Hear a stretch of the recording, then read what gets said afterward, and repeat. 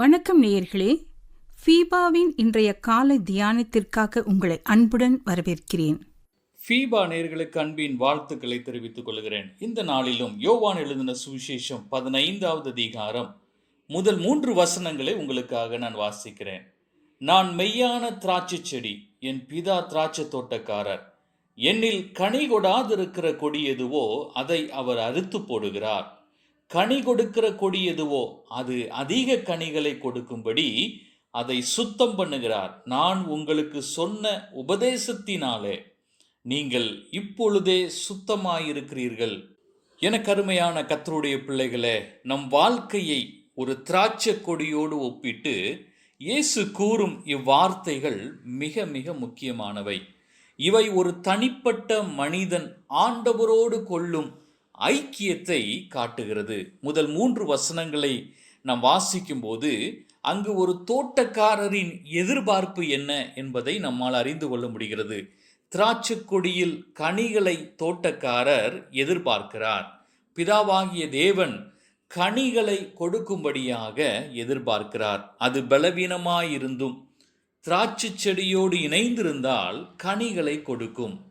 இன்னும் அதிக கனிகளை கொடுக்கும்படி பிதா அதை சுத்தம் செய்கிறார். கனி கொடுக்காத கொடிகள் திராட்சை செடியோடுள்ள ஐக்கியத்திலிருந்து அறுத்து போடப்படுகிறது. கனியற்ற அல்லது பயனற்ற வாழ்க்கை தேவனுக்கு பிரியமற்ற வாழ்க்கை. நம்மிடம் தேவன் கனிகளை எதிர்பார்க்கிறார். அவரது எதிர்பார்ப்பை எவ்வாறு நாம் நிறைவேற்றி கொண்டிருக்கிறோம் என்பதை இந்த காலை வேளையிலே சிந்தித்து பார்க்க நாம் அழைக்கப்படுகிறோம். இரண்டாவது, திராட்சை கொடியின் பொறுப்பு என்ன என்பதை நம்மால் பார்க்க முடிகிறது.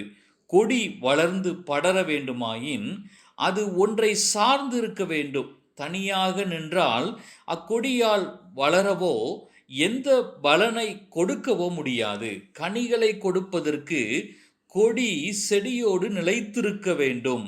நிலைத்திருக்கிற வாழ்க்கையை குறித்து இங்கே 4வது வசனத்திலிருந்து நாம் கற்றுக்கொள்ளுகிறோம். நாம் அவரோடு நிலைத்திருக்க அழைக்கப்படுகிறோம். இல்லையெனில் நாம் கனி கொடுக்க முடியாது.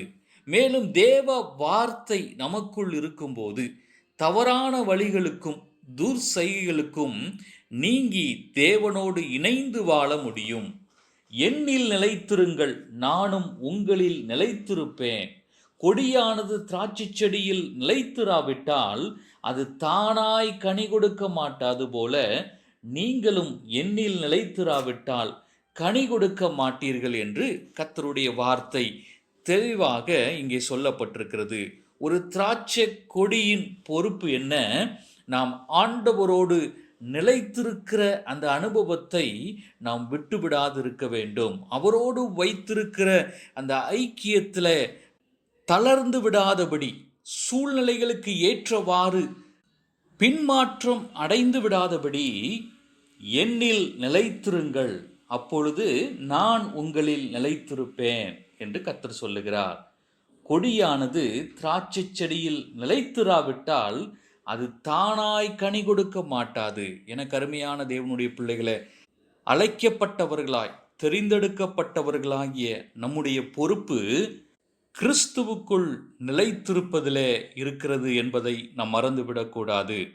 இறுதியாக கனி கொடுப்பதின் விளைவை நாம் 8வது வசனத்திலே வாசிக்கிறோம். நீங்கள் மிகுந்த கனிகளை கொடுப்பதினால் என் பிதா மகிமைப்படுவார், எனக்கும் சீஷராயிருப்பீர்கள் என்று ஆண்டவருடைய வார்த்தை சொல்லுகிறது. கனி கொடுப்பதின் விளைவு என்ன? 2 காரியங்கள் இங்கே சொல்லப்பட்டிருக்கிறது. ஒன்று, பிதா மகிமைப்படுவார். ஒரு சாதனையாளனால் அவனது பெற்றோருக்கு பெயர் கிடைப்பது போன்று தேவனால் ஏற்படுத்தப்பட்ட திராட்சை கொடி கனி கொடுத்தால் பிதா மகிமைப்படுகிறார். இரண்டாவது, இயேசுவின் சீஷர்கள் ஆவர். இயேசுவும் தம் கிரியைகளினால் பிதாவை மகிமைப்படுத்தினார். நாமும் பிதாவை மகிமைப்படுத்தும்படி வாழ்ந்தால் இயேசுவின் சீடர்கள் என அழைக்கப்படுவோம். மார்க் எழுதின சுவிசேஷம் 3வது அதிகாரம் 13வது வசனத்திலிருந்து நாம் வாசிக்கும்போது, பின்பு அவர் ஒரு மலையின் மேல் ஏறி தமக்கு சித்தமானவர்களை தம்மிடத்தில் வரவழைத்தார். அவர்கள் அவரிடத்திற்கு வந்தார்கள்.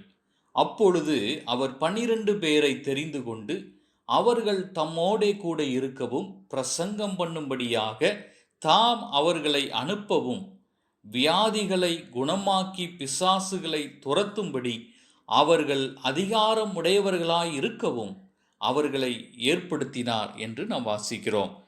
கனி கொடுப்பதினால் நாம் திருப்தி அடையவோ பிறருக்கு மகிமையை கொடுப்பதோ கூடாது. ஏனென்றால் மகிமை பிதா ஒருவருக்கே உரியதாய் இருக்கிறது.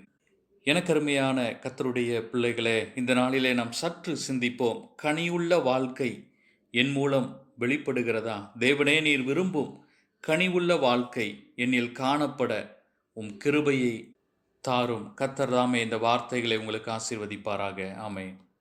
இன்றைய காலை தியானத்தில் பங்கேற்றமைக்காக நன்றி.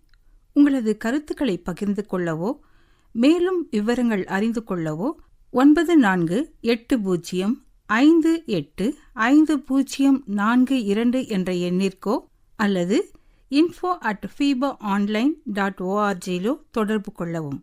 தேவன் தாமே உங்களை ஆசீர்வதிப்பாராக. ஆமேன்.